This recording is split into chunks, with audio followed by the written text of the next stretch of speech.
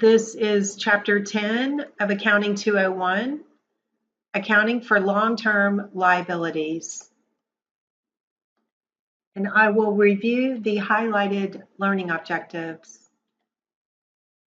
First, we will look at comparing bond and stock financing. Projects that need a lot of money are often financed with bonds, which is a written promise to pay the par value with interest. The par value is also called the face value, and it's paid on a specified future date called the maturity date. Most bonds require semi-annual interest payments. The amount of each interest payment is determined by multiplying the par value by the bond's contract rate for that same period. This example shows the IBM bond quoted, and the main part I want to focus on is the bond selling percentage. This means that the bond at the closing date will sell at 103.08% of the face value. We will look at the journal entries now for bonds. When a bond is sold, the company receives cash, so we're debiting cash, and then you credit the liability, bonds payable. These bonds sold at par value. The interest is computed as the par value times the stated rate, and that's a yearly rate. We're paying twice a year, so we need to divide that by 2. So on each interest payment date, you will debit bond interest expense and credit cash. When the bonds mature, they have to be paid back to the investors. So we will reduce the liability and reduce our cash. The example I just provided was where bonds sold at par value, and that means that the contract rate is equal to the market rate. The contract rate is the rate of interest that's paid on the bonds. The market rate is what they are worth to the investors on the market. If the contract rate is greater than the market rate, the bonds will sell at a premium, and if the contract rate is less than the market rate, the bonds will sell at a discount. So we will look at recording the amortization of a bond discount using the straight line method. So a discount will occur when the company issues bonds with a contract rate less than the market rate. So they will sell at a discount. So you can see that's going to happen here because this company is only paying 8%, but the market rate is 10%. So we have 2 years. We will have 4 interest payment dates. And the bonds will mature in 2021.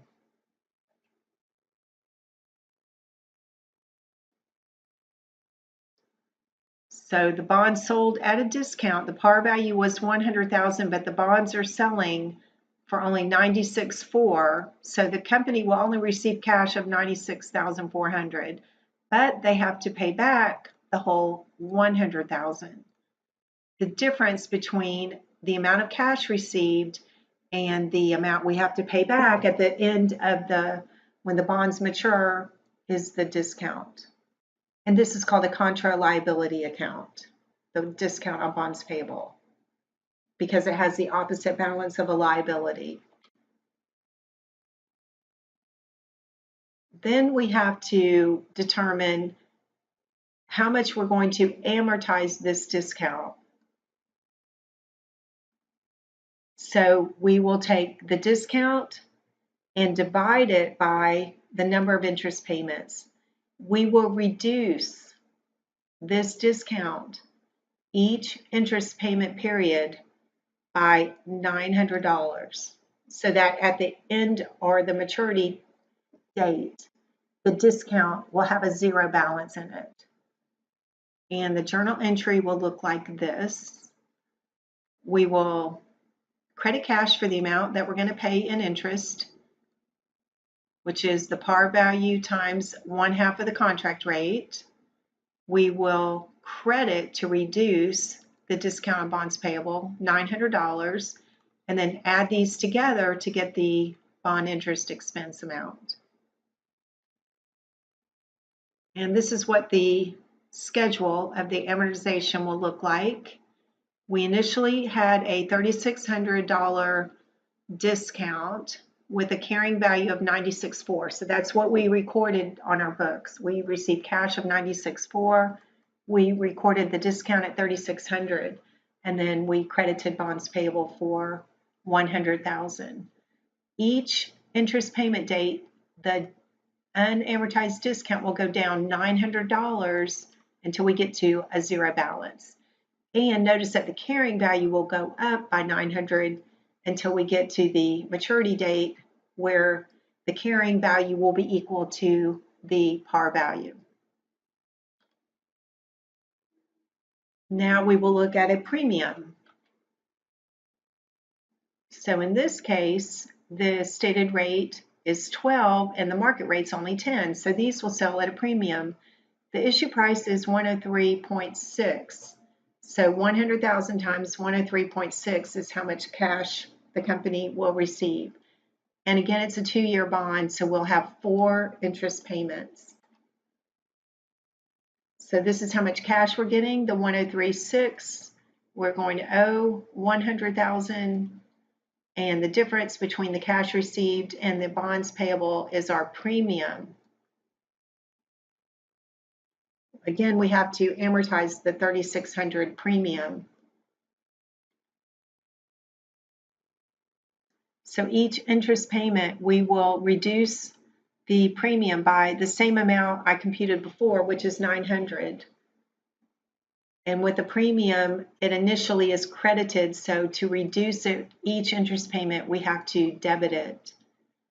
We are going to pay out $6,000 in interest every interest payment date, which is the par value times 1/2 of the contract rate.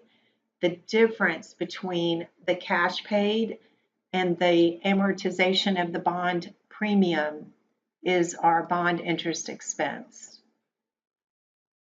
This is a schedule showing the amortization of the bond premium. We begin with the unamortized premium of $3,600 and a carrying value of $103.6, and you can recall these are the amounts we used in our first journal entry. Each interest payment date, the unamortized premium will go down by $900 until we get a zero balance on the maturity date, and also the carrying value will go down to the par value on the date that the bonds mature. So let's look at the journal entries for bond retirement. If we retire the bonds at maturity, even if we had a discount or a premium, that has been fully amortized. So we simply debit bonds payable and credit cash for the same amount.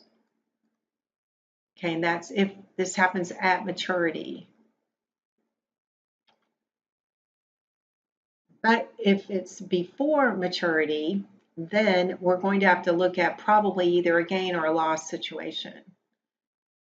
In this example, we have $100,000 of callable bonds, and they're going to be retired after the first interest payment. The bonds have a carrying value of $104.5, so that's what they're on our books for, and a call premium of $3,000. So they're going to have to pay $100,000 plus $3,000, so we're going to credit cash for that. We have to take the bonds off of our books, so we debit that. So the carrying value is $104.5, meaning that we have a premium of $4,500, so take that off your books. And then the difference is the gain or loss. In this case, we have a gain. So again, you want to just make sure that your total debits equal your total credits. So the last part I want to talk about is explaining how to compute the bond price. So the selling price of the bond. So to compute the price of the bond, we have to use present value concepts. A bond's market value at issuance is equal to the present value of its future cash payments, where the interest rate used is the market rate. So I'm going to show you how to do this. Here's an example. We have par value of 100,000. We're going to compute the issue price. We have a stated rate of 8 and a market rate of 10. So we know this is going to sell at a discount because we're paying less than the market. And we have 4 interest payments. So the stated rate they're going to pay is 8% of 100,000, and then that divided by 2. So I'm going to show you next what we're going to do. We're going to have to use these present value tables, and I put a screenshot here, and this is also will be in a link in Connect, or you can print these out from the full PowerPoint located in Blackboard. So we will use table B1 to compute the present value of the par value of the bonds. And the way these work is you look at the interest rate and the number of periods. So in this example that we're looking at, we have 2 years, which means we have 4 interest payment dates. And we will actually be using half of this market rate. So that would be 5% and 4 periods. So 5% and 4, we're looking at that number. And then this table, B3, is used for the interest payment. And again, we're looking at 4 periods and 5%. So in the next screen, you will see those numbers. So here, 3.5460 and 0.8227. You can see those numbers here. Okay, so you pick up those numbers from the present value tables, and this again shows you the present value table. We multiplied the present value of 1, which is table B1, that factor by the par value. Then we multiply the present value of an annuity, which is in table B3, for the interest payment. So the interest payment is the par value times the contract rate times 1/2. But remember, these are discounted at 1/2 of the market rate, so 5%. So you multiply these out and you get the present value, and then you add them together. This is the price that this bond will sell for. So this $100,000 bond will sell for $96,454. And then for a premium, you would do the same thing. You're still going to look at those 2 tables, B1 for the par value, B3 for the interest payments.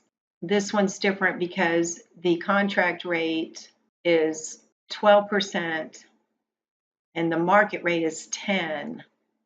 So we're still going to discount it half of the market rate, which is 5%. So you're still going to go back into those tables and use the same number. So what's different here is the interest payment is $6,000. And again, multiply these out, add them together, and this bond will sell for $103,546. This concludes the recorded lecture for Chapter 10. I hope you learned a lot watching this video.